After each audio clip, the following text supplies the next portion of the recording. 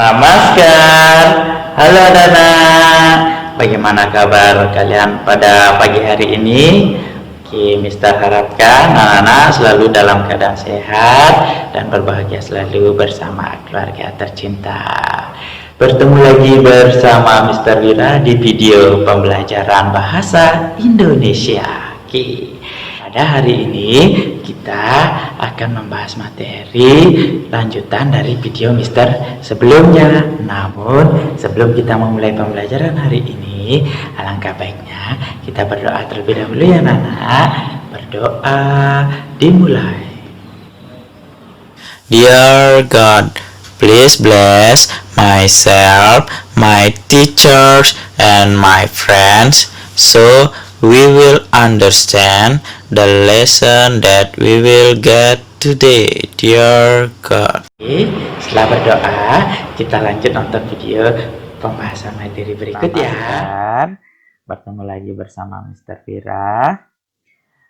Pada kesempatan hari ini, Mister mengajak anak-anak untuk membahas materi subtema 2, subtema 3, dan subtema 4. Oke, kita lanjut saja ke materi. Subtema 2 yaitu pertumbuhan dan perkembangan manusia. Namun, sebelum kita melanjut ke pembahasan pertumbuhan dan perkembangan manusia, kita dapat memperoleh informasi pertumbuhan dan perkembangan manusia melalui kegiatan wawancara. Anak-anak sudah tahu wawancara? Ada yang tahu? Oke, Mister berikan penjelasan tentang wawancara ya. Wawancara adalah kegiatan tanya jawab untuk memperoleh informasi yang kita cari. Sebelum melakukan wawancara, kita harus membuat daftar pertanyaan terlebih dahulu. Dalam membuat daftar pertanyaan, kita harus menggunakan kata-kata atau kosakata yang tepat untuk membuat pertanyaan. Nah, apakah kosakata itu? Ada yang masih ingat anak-anak? Ya. Kosakata adalah himpunan kata yang diketahui oleh seseorang. Contoh dari kosakata yaitu bernapas, berkembang biak, bergerak. Nah, sekianlah cara untuk mengetahui pertumbuhan dan perkembangan manusia.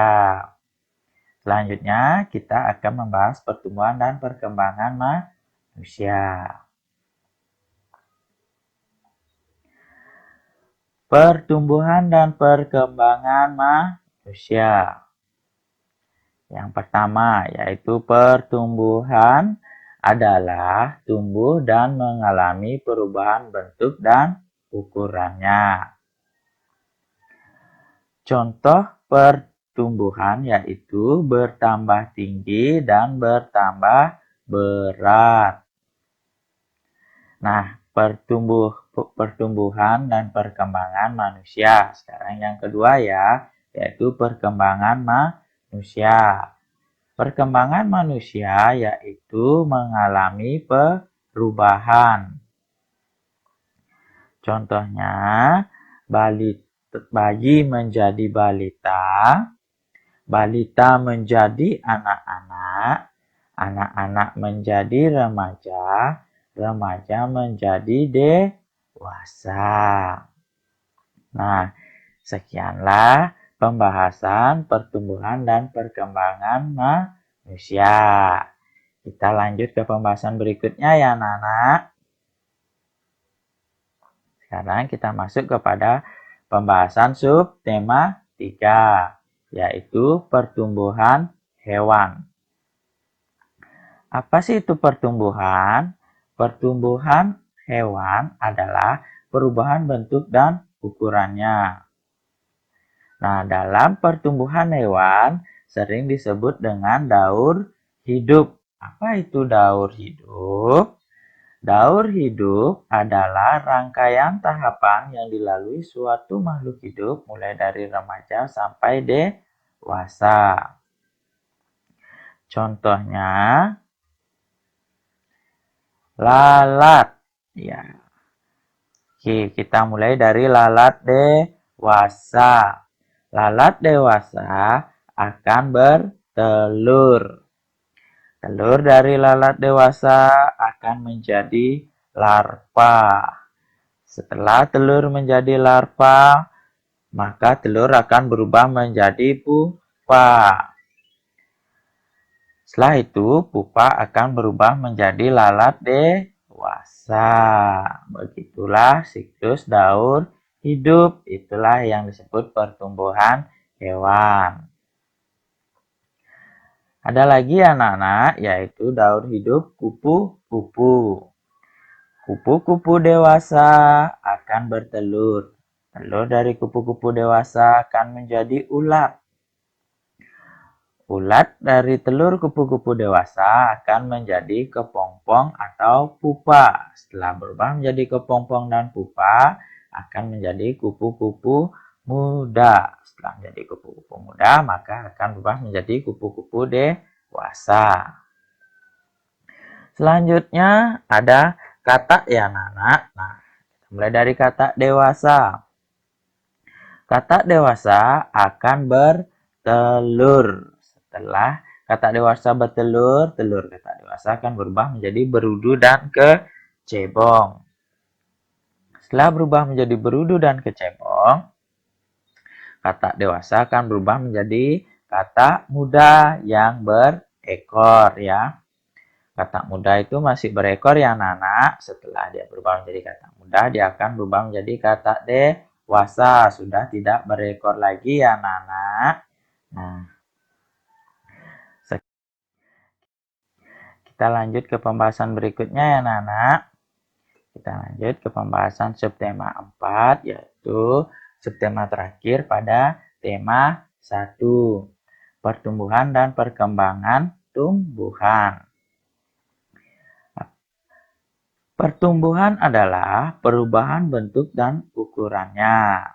Nah, perkembangan tumbuhan adalah mengalami perubahan. Tumbuhan berkembang biak dengan dua cara, yaitu vegetatif dan generatif. Ya. Vegetatif yaitu dengan tunas, umbi batang, umbi akar, dan umbi lapis. Sedangkan generatif menggunakan biji. Ya, Nana, kita akan membahas secara mendetail ya. Kita mulai dari perkembangbiakan vegetatif. Perkembangbiakan vegetatif adalah perkembangbiakan secara tidak kawin. Perkembangbiakan vegetatif terbagi dua, yaitu alami dan buatan. Nah, perkembangbiakan vegetatif alami yaitu melalui tunas ya. Apa itu tunas? Tunas adalah bagian tumbuhan yang baru tumbuh di bawah tumbuhan induknya. Contoh tumbuhan yang berkembang biak dengan bertunas adalah pisang dan bambu. Selanjutnya ada umbi. Umbi adalah tumbuhan yang punya akar yang membesar dan berisi. Umbi ini ada 3 jenis ya anak-anak, yaitu umbi batang, contohnya adalah kentang, umbi akar yaitu singkong dan wortel, dan umbi lapis contohnya adalah bawang. Itulah perkembangbiakan vegetatif yaitu alami dengan tunas dan umbi. Selanjutnya yaitu perkembangbiakan masih di vegetatif ya anak-anak. Nah, perkembangbiakan vegetatif buatan yaitu dengan cara yang pertama stek ya. Perkembangbiakan yaitu dengan cara stek, yaitu memperbanyak tumbuhan dengan cara stek adalah cara memperbanyak tumbuhan dengan cara memotong bagian tumbuhan lalu ditancapkan kembali ke tanah dan kemudian tumbuh menjadi tanaman baru. Ada 3 cara dalam proses setek ya anak-anak, yaitu ada yang namanya setek batang, setek akar, dan setek daun. Contoh tumbuhan yang bisa diperbanyak dengan cara disetek adalah mawar, singkong, dan jeruk. Nah, berikutnya ada cangkok ya anak-anak. Cangkok yaitu memperbanyak tumbuhan dengan cara cangkok adalah dengan melukai bagian batang tumbuhan.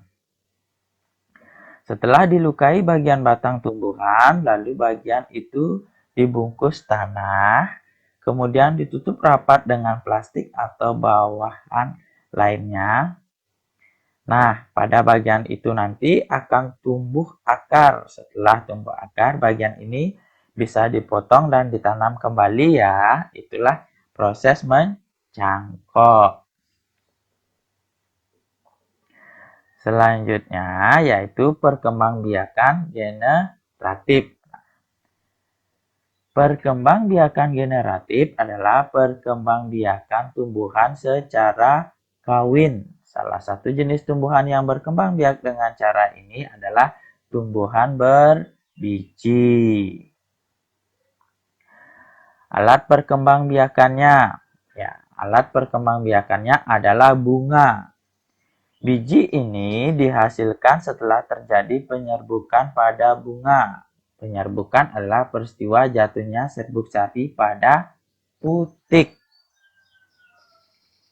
Nah, proses penyerbukan ini bisa terjadi melalui beberapa perantara, misalnya angin, air, hewan, atau bahkan manusia. Nah, tumbuhan yang bisa dibantu penyerbukannya oleh angin adalah jagung, padi, dan gandum. Kalau yang dibantu air, contohnya ganggang. Kemudian yang dibantu hewan, misalnya mawar, melati, kenanga, dan bunga sepatu. Oh iya, anak-anak, hewan yang bisa membantu penyerbukan adalah burung, kelelawar, dan serangga seperti lebah, kupu-kupu, dan kumbang. Nah, itulah hewan yang bisa membantu proses penyerbukan ya anak-anak. Nah, berikut Mister berikan makna dari kata-kata yang telah Mister sampaikan ya.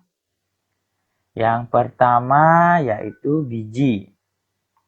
Makna kata biji yaitu bagian butir yang dibungkus oleh daging buah. Contohnya mangga, rambutan.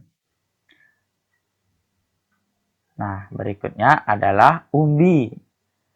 Umbi adalah bagian tubuh tumbuhan yang mengalami perubahan fungsi sebagai tempat penyimpanan makanan. Selanjutnya adalah umbi lapis.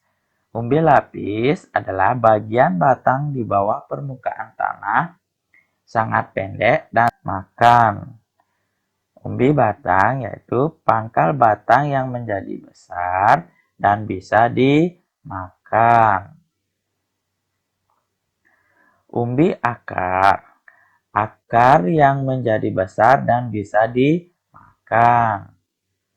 Nah, yang terakhir tunas, tumbuhan muda yang baru muncul.